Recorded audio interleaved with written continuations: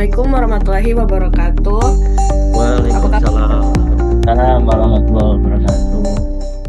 Kembali lagi di podcast Learning Journal bersama saya Aidita dan beberapa teman bincang kita kali ini ada Mas Ahmad Zainal, Oke.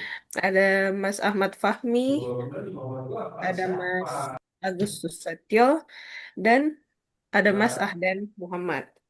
Halo. Nah, tema Oke. bincang kita kali ini itu cukup santai ya, Mas. Eh, Yes. Mengenai apa aja sih yang udah kita pelajarin selama 4 hari. Jadi kan kita selama 4 hari udah melakukan pemahaman dan pendalaman terkait agenda 1, 2, 3. Di Mhm. yang kita kali ini kita pengen refresh lagi nih, sudah berapa kuat sih pemahaman kita terkait materi tersebut dan bisa nggak ya kita implementasikan materi ini di keseharian kita di kantor masing-masing. Hmm. Untuk materi yang pertama itu ada wawasan kebangsaan dan nilai bela negara. Di sini aku jelasin sedikit ya. Kita nih tujuannya ini kita diharapkan mampu menyusun konsep cara pandang untuk meningkatkan kesadaran diri sebagai warga negara terkait pentingnya keutamaan kesatuan dan persatuan wilayah. Nah, buat eh, mungkin teman-teman kita yang nonton ini mungkin pada awam ya, Mas, bisa nggak Mas jelasin apa sih itu wawasan kebangsaan? Kalau dari aku ya, kalau wawasan kebangsaan nih menurut penjelasan secara teoritisnya tuh wawasan kebangsaan merupakan cara pandang bangsa Indonesia dalam mengelola kehidupan berbangsa dan bernegara yang dilandasi oleh jati diri bangsa dan kesadaran terhadap sistem nasional yang bersumber dari Pancasila, Undang-Undang Dasar 1945, NKRI, dan Bhinneka Tunggal Ika. Jadi ini empat ini yang saya sebutkan ini bisa juga masuk ke dalam empat KDB yaitu konsensus dasar berkebangsaan. Itu tuh arti dari wawasan kebangsaan. Mungkin dari teman-teman yang lain mau menambahkan atau gimana? Tambahkan juga terkait dengan wawasan kebangsaan ya. Tadi juga sudah jelaskan terkait dengan istilah apa itu wawasan kebangsaan. Jadi untuk wawasan kebangsaan sendiri itu tambahannya adalah berupa identitas negara, identitas bangsa, sejarah bangsa juga, kemudian empat konsensus dasar atau empat KDB yang berupa Pancasila, UUD 1945, Bhinneka Tunggal Ika dan juga NKRI, dan ada juga tambahan berupa bendera, bahasa, juga lambang negara. Yang mana tujuan dari pembelajaran wawasan kebangsaan ini adalah untuk memperkuat rasa memiliki dan bangga menjadi bagian dari Indonesia yang beragam namun tetap satu, seperti itu. Hmm. Ya, sama sih maksudnya ya seperti yang kita tahu wawasan kebangsaan itu sendiri kan dia diartikan sebagai konsep atau cara pandang kita mengenai sebagai warga negara yang dilandasi dari kesadaran diri kita sendiri kan akan lingkungan dan juga dalam kehidupan berbangsa dan bernegaranya. Tadi sudah disinggung juga kayak empat konsensus dalam bernegara, dasar bernegara kan itu udah ada semua, apa itu Pancasila, NKRI, kemudian Bhinneka Tunggal Ika dan juga Undang-Undang Dasar 1945 yang masing-masingnya itu mereka punya elemen atau punya poin sebagai poin penting dalam mengatur kehidupan kita sehari-hari. Itu sih. Yes. Ya mungkin Tambahan. nambahin juga ya. Kemarin ada apa materi sih satu materi ya yang cukup unik dari wawasan kebangsaan tuh yang soal algoritma kebangsaan yaitu istilah baru yang baru pernah dengar juga baru di materi Latsar ini. Jadi ternyata yang namanya wawasan kebangsaan itu dibentuk melalui sistem ya. Jadi ada sistem yang membentuk bangsa itu sendiri dan gimana caranya warga yang ada di dalam eh, suatu bangsa itu turut serta aktif dalam membangun sistem itu, sistem wawasan kebangsaan. Ya. Hmm, Barangkali dari Mbak Aidita ada insight ataupun kayak pandangan selama 4 hari kemarin kita juga kan belajar tuh mengenai apa itu wawasan kebangsaan, bela negara juga, sikap cinta terhadap tanah air atau gimana. Iya, jadi dari yang teman-teman sudah singgung sebelumnya kan ada 4 konsensus dasar. Terus Mm-mm. aku pengen nambahin juga nih, kita sebagai NKRI itu punya jati diri bangsa dan identitas nasional seperti Pancasila, Lagu Kebangsaan Indonesia Raya, Bendera Merah Putih, dan Bahasa Persatuan Indonesia. Terus Wih, eh, lambang-lambang gitu ya. terkait, ya betul betul Mas. Eh, terus aku singkat aja nih ya terkait wawasan kebangsaan sendiri itu, menurut aku dia itu memiliki fungsi buat apa ya di fungsi di pemerintahan itu untuk melayani masyarakat, mengayomi masyarakat dan memberdayakan masyarakat Hmm. lewat beberapa lembaga negara kita ya, ada eksekutif, legislatif, yudikatif dan lain-lain. Ya, semuanya sih bertujuan untuk eh, cita-cita nasional kita yang mewujudkan negara Indonesia yang merdeka, bersatu, berdaulat, adil, dan makmur. Kayak gitu sih, Mas. Ya. Terus terkait nilai-nilai bela negara, mungkin ada yang bisa jabarkan apa-apa aja sih itu bela negara. Aku ya jabarin ya. Kalau Boleh, Mas. bela negara tuh kalau dari aku tuh kalau misalnya dari materi tuh bela negara tuh terdiri dari 5, yaitu ada rasa cinta tanah air, sadar berbangsa dan bernegara, setia kepada Pancasila sebagai ideologi negara, rela berkorban untuk bangsa dan negara, dan yang terakhir nih yang mind blowing ini ternyata mempunyai kemampuan awal negara dalam artian kesehatan fisik, jasmani dan rohani itu termasuk bela negara.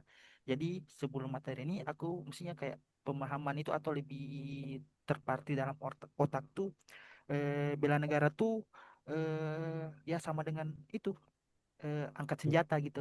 Ya. Nah, bela negara tuh ya Ya. gitu. Aku pahamnya kayak gitu. Nah, tapi setelah eh, mendalami materi yang ada ini ternyata kayak meningkatkan wawasan, skill, kecerdasan emosional, terus memiliki etika dan moral, terus menjaga nama baik instansi itu termasuk dalam bela negara. Kayak wow begitu sekali dan kayak oh ternyata bela negara ini luas gitu, kurang lebih seperti itu. Dan ternyata selama ini saya melakukan bela negara. Iya, Hmm. betul, betul. Iya, bener banget sih. Iya, kita kan awalnya ngira kayak, aduh, bela negara tuh apa sih, kayak wajib militer kah atau Militer gitu sesuatu, ya. ya Ya. sesuatu yang bersifat kasarnya kayak formal ataupun kayak bersifat suatu yang bukan sakral ya, cuma penting gitu. Cuma ternyata benar yang kata Mas Agus bilang tadi, kayak ternyata hal-hal kecil yang memang itu mendukung untuk kemajuan bangsa yang biasa kita lakukan sehari-hari itu juga kadang termasuk dalam bela negara. Hal simpel, hal kecil dari bela negara itu. Betul Mas, juga tadi juga sudah disebutkan juga ya ada 5 nilai-nilai bela negara yang kemarin kita pelajari. Cinta tanah air, sadar berbangsa dan bernegara, setia pada Pancasila, rela berkorban, dan juga kemampuan awal bela negara. Nah, mungkin untuk insight selain itu, mungkin untuk cinta tanah air ini juga bisa kita selaku CPNS atau nanti dari ASN bisa mengutamakan produk-produk dalam negeri ketika Yes. kita bekerja selaku ASN di Kementerian PU. Berapa kan ada ya TKDN ya di udah TN. sistem kita. Mm. Jadi untuk pembelian-pembelian alat maupun bahan yang kita pakai nanti ketika udah bekerja di Kementerian PU, udah memprioritaskan apa-apa yang dari dalam negeri seperti itu. Nah, itu salah satu apa penerapan kita, salah satu penerapan Mm. nilai bela negara berupa cinta tanah air. Kalau nilai yang lain, Mas, ada nggak contoh-contohnya yang bisa kita lakukan lagi? Apa ya, dari 5 itu ya Banyak sih ya. banyak sebenarnya. Mm. Karena bener tadi yang apa dibilang Mas Agus kan. Dan kemarin kita juga udah apa ya bahas soal apa bela negara yang konkretnya gimana gitu ya bentuknya. Nah itu kan dan di situ ya kita menyadari bahwasanya bela negara itu memang eh, aktivitas apapun yang dilakukan selama itu bisa memperkuat apa ya memperkuat entah itu sistem entah itu identitas kebangsaan dan lain-lain ya itu bisa disebut sebagai bela negara sebenarnya. Gitu sih. Contohnya lembur ya Mas. Kalau di kantor tuh itu termasuk Lembur itu nggak sih? bisa saja. Hmm. Ya, Walaupun oke. dari sisi profesionalitas itu agak bisa dipertanyakan ya, tapi itu sebenarnya juga bela negara karena kita berkorban buat bangsa kan. Ya, kita berkorban materi, pikiran, tenaga gitu ya Dan Mas. waktu, ya Ya, itu, betul betul. itu bisa disebut sebagai. Tadi kan bela negara itu kan ada cinta tanah air, tadi udah dijelasin kayak penggunaan tingkat komponen dalam negeri, berapa material yang harus digunakan dari dalam negeri, kemudian kita sadar akan berbangsa dan bernegara. Bahwasanya kita juga kan seperti podcast-podcast yang kemarin kita pernah bahas mengenai perbedaan keanekaragaman suku, agama, ras, antar golongan, itu kan kayak masih banyak ini ya mungkin di beberapa berita yang sering kita lihat adanya perbedaan pendapat, perbedaan suku, ras, budaya itu kan menjadi suatu permasalahan. Sedangkan eh, ya it's okay gitu dengan adanya Bhinneka Tunggal Ika, walaupun kita beda-beda ya tapi kita tujuannya sama gitu. Nggak ada yang bertujuan untuk menjelek-jelekan Indonesia gitu loh. Kita sama-sama tujuannya untuk memperbaiki Indonesia walaupun dengan cara dan juga pandangan yang berbeda. Seperti itu kalau dari sadar berbangsa dan bernegara. Terus bangga juga terhadap bangsa dan negara sendiri.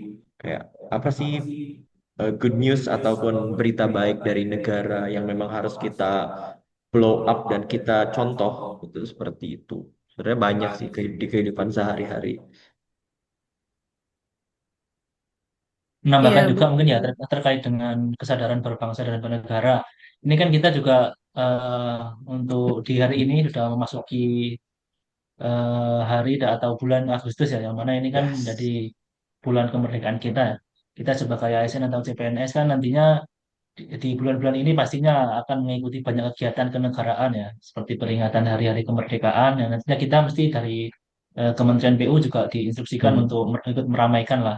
Apalagi kemarin dari Kementerian Pusat kalau nggak salah dari Mensesnek ya udah mengumumkan bahwa tanggal 18 Agustus itu dibikin hari libur gitu sehingga nantinya Yes. kita ada tambahan waktu untuk ikut meramaikan hari peringatan kemerdekaan Indonesia seperti itu. Nantinya diharapkan seluruh kementerian atau seluruh ASN juga atau seluruh masyarakat lah ikut berbondong-bondong untuk meramaikan kegiatan kemerdekaan ini sehingga bela negara juga ikut diterapkan di sana ya, seperti itu. Iya, betul banget, Mas. Tadi Mas Ahmad Zainal juga udah singgung soal diskriminasi terkait ras dan suku ya di lingkungan kerja. Selain itu kan, ya seperti yang kita tahu ya, kalau di bidang teknik tuh cowok sama cewek tuh diskriminasinya agak Ya. agak jomplang juga ya, Mas. Jadi menurut saya di sini sih perannya dari eh, nilai-nilai bela negara tadi itu nanti kita implementasikan untuk membentuk karakter dasar kita sebagai ASN gitu sih, Mas. Hmm, hmm, hmm. Ya. Sekarang ya memang sekarang udah nggak zaman sih ya sekarang untuk membeda-bedakan atau mengkotak-kotakan baik secara gender, ras, suku dan budaya karena memang Iya. ya selama kita bisa bekerja dengan baik dan juga optimal dan juga kita bisa melakukan sesuatu yang baik untuk negara, kenapa enggak gitu. Dan memang ya kita harapkan tadi yang dibilang Mas Fahmi pun nanti di bulan Agustus ini ya harapan kita bukan cuma euforia ataupun cuma sekedar acara doang. Tapi kita bisa flashback lagi gimana caranya Indonesia merdeka, gimana proses mempertahankan kemerdekaan, dan juga hal-hal lain yang memang patut kita syukuri walaupun kondisinya masih dalam proses berjuang gitu menjadi negara negara maju ataupun negara berkembang masih dalam proses. Nah ya setidaknya ada sedikit hal baik yang bisa kita eh, banggakan gitu. Bukan sekedar euforia saja.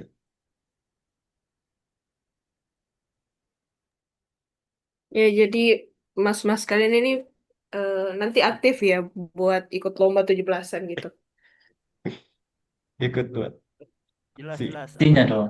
jelas, apalagi nama saya ini Agus. Mantap. Iya. Iya. Hal-hal ya Oh, maksudnya hal-hal kecil aja yang bisa kita lakukan untuk kontribusi gitu. Kita dari sisi sebagai CPNS ataupun sebagai pegawai PU kita bisa ikut perlombaan gitu untuk merayakan kemerdekaan ini. Gak perlu ya, ikut meramaikan ya. mm-mm, banyak hal yang bisa kita lakukan gitu. Gak perlu ikut menjaga batas daerah atau batas negara kan kayak udah ada tugasnya masing-masing gitu. Tinggal Ya, meramaikan betul. saja.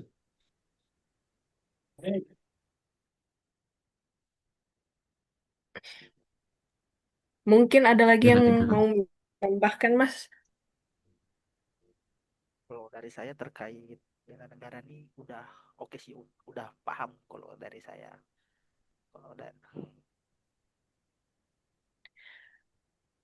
Oke, kita lanjut ke agenda kedua ya, Mas. Yakni analisis isu strategis.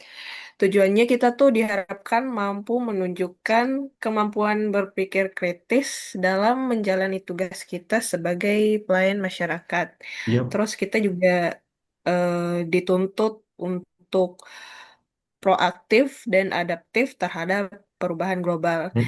Mas, bisa nggak sih kasih penjelasan di awal mengenai isu strategis ini apa sih? strategis ya, kalau misalnya isu strategis itu aku pahamnya terkait itu apa isu strategis yang berhubungan sama isu strategis kontemporer tuh. Aku paham itu terkait dari materi. Terus kalau terkait dari penjelasan yang sebelum-sebelumnya tuh analisis isu strategis kontemporer itu dia apa ya, berbagai masalah terkini yang berpotensi mengancam konsensus dasar berbangsa dan bernegara, sehingga kita sebagai apa ya, aparatur sipil negara tuh wajib mengetahui dan memahaminya. Kalau kayak contoh tuh ada korupsi, narkoba, terorisme dan radikalisme, money laundering, proxy war, sama kejahatan komunikasi massal tuh kayak ujaran kebencian sama penyebaran hoax tuh, itu termasuk dalam isu-isu strategis yang berhubungan sama isu strategis kontemporer. Itu sih kalau dari aku.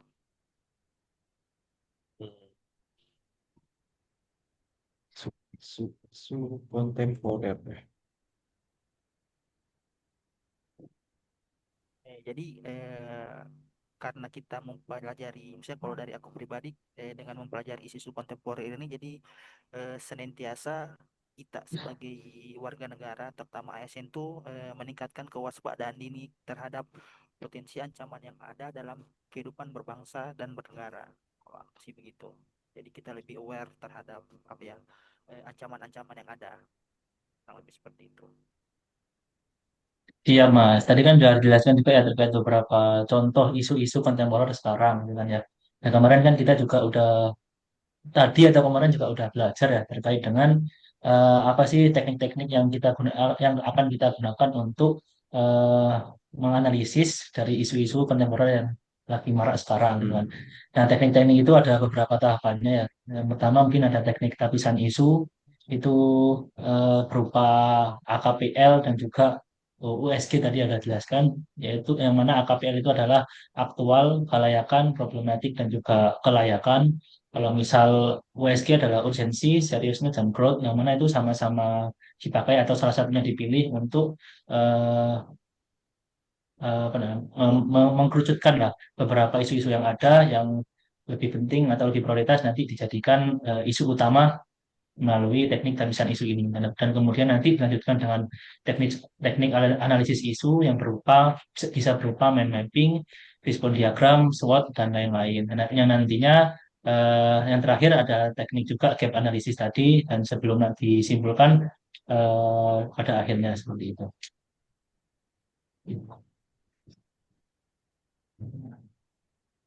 Iya, sama sih kalau soal terakhir itu kan kita udah mempelajari terkait isu-isu kontemporer dengan tujuannya kita biar lebih aware gitu terhadap apa sih potensi-potensi bahaya ataupun kasarnya kayak kita bisa berpotensi terjerumus gitu ke dalam hal-hal tersebut biar kita jangan sampai terjerumus gitu loh. Kita mempelajari hal itu semua, korupsi, narkoba, kemudian isu-isu lainnya seperti apa namanya terorisme, radikalisme. Itu kan biar tujuannya biar kita mencegah ataupun tidak terjerumus dalam hal-hal tersebut. Karena memang hal tersebut kan sangat membahayakan dan juga memberikan dampak buruk ya buat negara.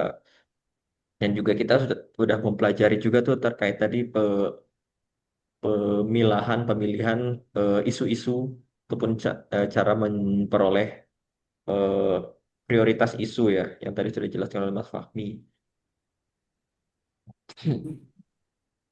Gitu sih. Ya, jadi berarti intinya Bisa. dari kita belajar analisis isu itu ini ya, gimana caranya kita tuh punya apa punya kemampuan untuk kemudian bisa menganalisis isu ya isu secara umum, tapi juga lingkungan kita gitu ya.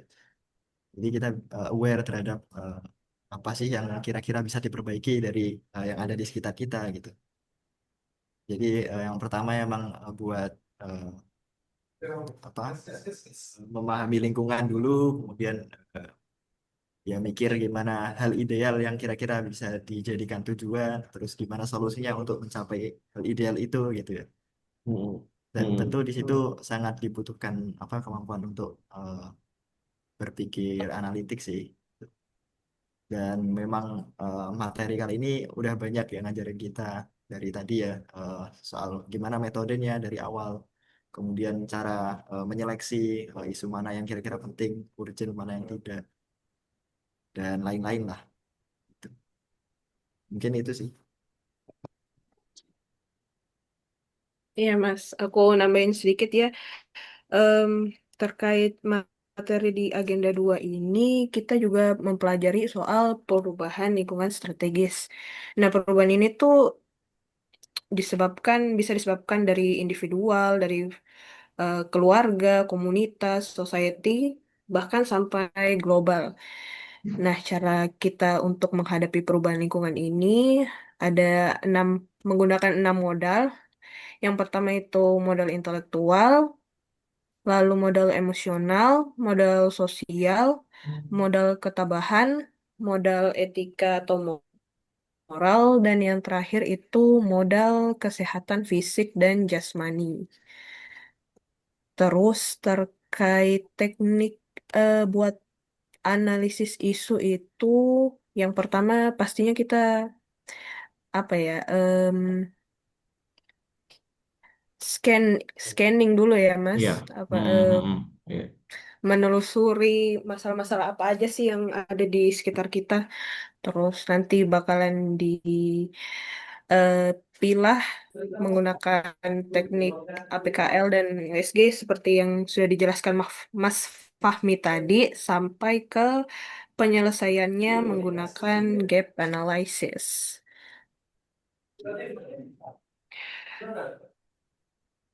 Tadi kan memang si pemfilteran isu ataupun kita mempelajari cara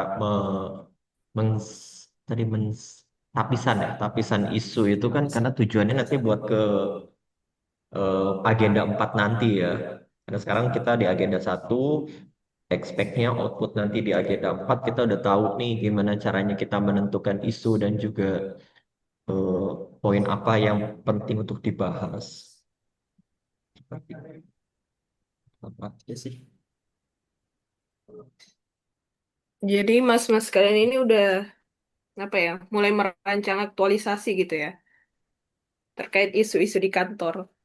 Ya, sebenarnya masih kita pelajari juga dan juga kita cari-cari juga kan mana yang kira-kira tadi sebenarnya permasalahan atau isu itu kan banyak ya di sekitar kita.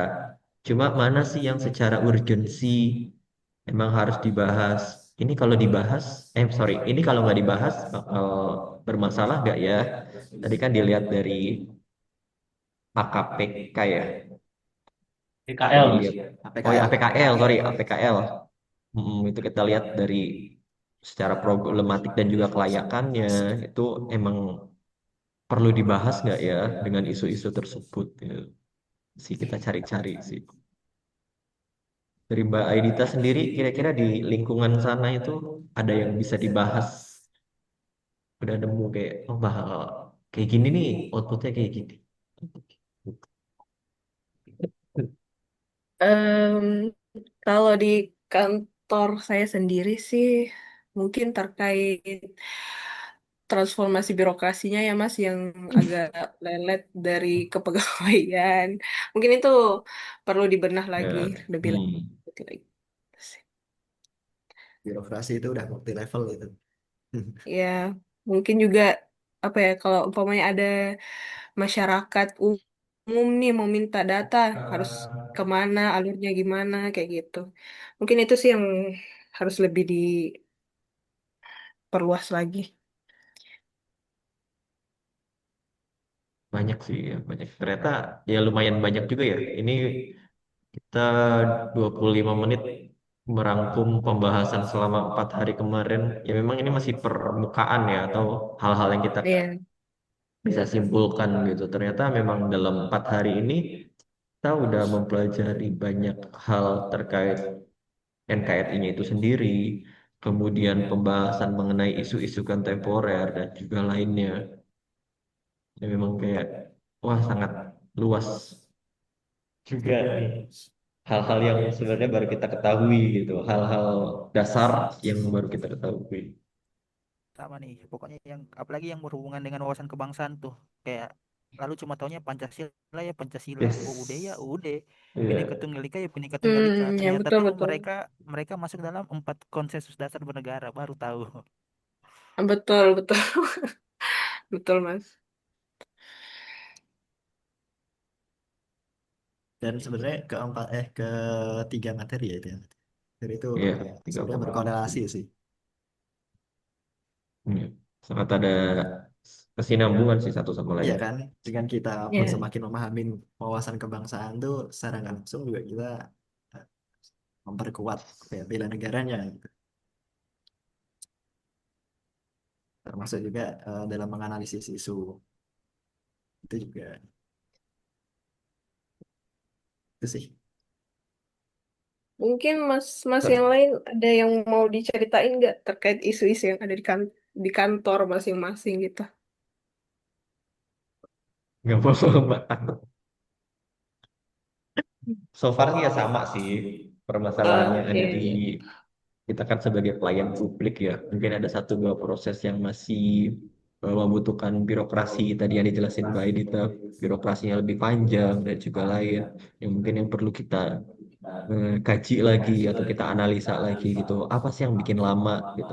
Proses di mana yang lama seperti itu kan kita harus detailin lagi gitu. Dengan harapan ya tadi kita sebagai pelayan publik kita bisa memberikan sesuatu yang lebih baik lagi sehingga citra ataupun pandangan dari masyarakat itu kan menjadi lebih baik gitu buat kita semua sebagai pelayan. Ya sih, dari saya.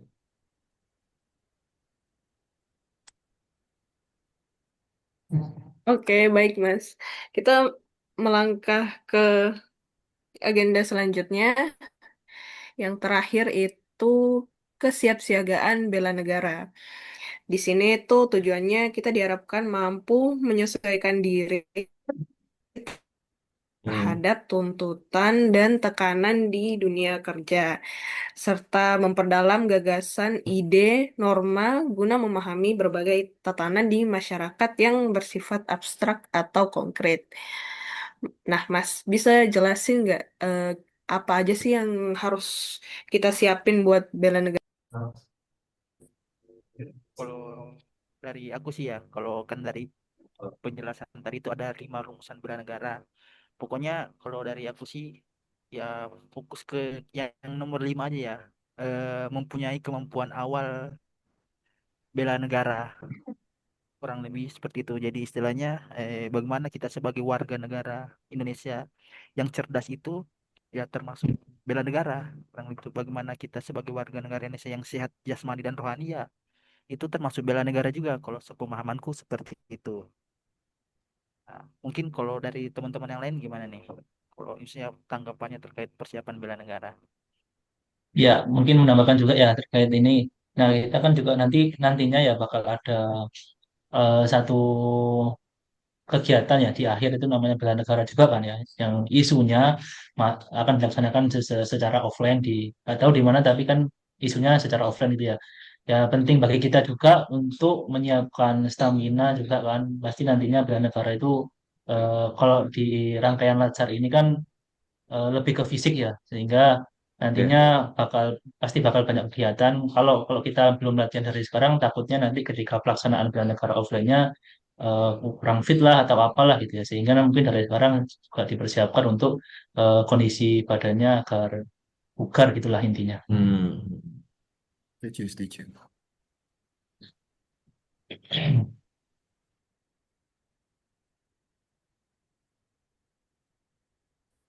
Sama sih. Kalau misalkan saya juga terkait kesiapan bela negara, memang dari kalau untuk bela negaranya itu sendiri ya, acara atau kegiatan kesiapsiagaan bela negara ya memang karena kita based on jadwal bakal ada kegiatan tersebut ya kita siapkan fisik dan juga mental biar kita bisa selain menerima teori ya teori-teori yang ada di 4 hari kemarin kita juga bisa kasarnya kayak praktik sedikit praktek lah di dunia bela negara gitu. Oke. Cukup sih kalau dari saya semuanya udah disampaikan semua oleh teman-teman. Ya, mudah-mudahan kita bisa implementasi aja buat Yes, betul. Yang apa penting yang udah kita realisasinya ya. teorikan gitu implementasinya. Bagaimana Mbak Aidita? Ada Iya, tambahan? betul nih, Mas. Eh, Em, Terakhir, aku pengen nambahin kenapa sih wawasan kebangsaan dan bela negara itu penting buat dipahami.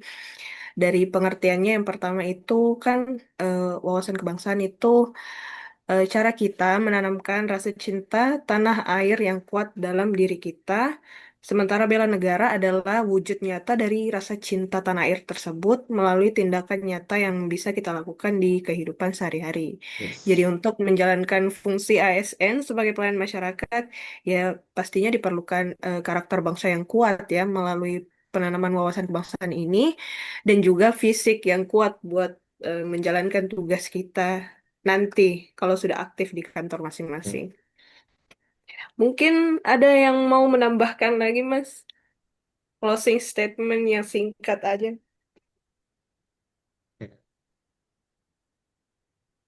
Singkat aja ya Mbak. Semangat sih, semangat buat kita semua teman-teman walaupun agenda satu udah mau selesai ya. Kita tinggal implementasinya saja. Semoga Ya, dilancarkan Siap sampai lanjut boleh, selesai. agenda boleh selanjutnya. terkait pesan dan kesan selama kita mengerjakan pelajaran ini selama kita podcast juga boleh, Mas. Mantap, seru. Kalau kesan dan Bisa pesanku dilanjut ya, jadi saya konten. saya merasa saya menjadi warga negara yang nasionalisme sekali sekarang. Bos. Ini Mas ya, mulai hari ini ya. Alhamdulillah. Tuh kalau ada tarafnya itu lagi di puncak-puncaknya ini. Ya, lagi Iya kan? tinggi-tingginya ya. Lagi tinggi-tingginya nasionalisme ini. Oke, seru sekali ya perbincangan kita untuk hari ini. Tepuk tangannya dulu dong. Alhamdulillah. Alhamdulillah. Semoga bagi teman-teman yang sudah sedang menonton bisa menambah insight dan pemahaman kalian terkait tema kita kali ini ya. Akhir kata, izinkan saya mengucapkan terima kasih buat Mas Ahmad Zainal yang sudah hadir, Mas Ahmad Fahmi, Mas Agus Susetio, dan Mas Ahdan Muhammad.